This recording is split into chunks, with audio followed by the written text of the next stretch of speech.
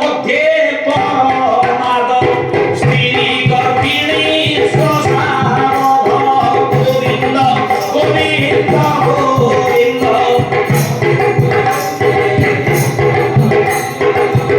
ପାପଙ୍କ ମଧ୍ୟ ପରମାଦ ପାପଙ୍କ ଭିତରେ ସବୁଠାରୁ ମହାପାପ କଣ ନା ସ୍ତ୍ରୀ ହତ୍ୟା ନାରୀ ହତ୍ୟା ବଡ଼ ଅପରାଧ ଗର୍ଭବତୀ ନାରୀ ହତ୍ୟା ମହାପରାଧ ଆଉ ସବୁଠାରୁ ବଡ଼ କଥା ଶୋଷା ଶୋଷା କହିଲେ ଭଉଣୀ ଭଗିନୀ ମଧ୍ୟ ଏ କଥା ଯିଏ କରେ ତାକୁ କୋଉଠି ସ୍ଥାନ ମିଳେ ନାହିଁ ତା ପ୍ରତି ସାବଧାନ ଥା ଏ କଥା ମୁଣ୍ଡକୁ ଆସୁନାହିଁ ଏ କଥା ସେ ଗ୍ରହଣ କରୁନାହିଁ କାହିଁକି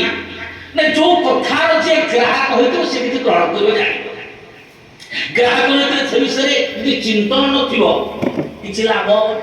ଆମର ଓଡ଼ିଆ ସାହିତ୍ୟରେ ସୁନ୍ଦର କଥା କୁହାଯାଇଛି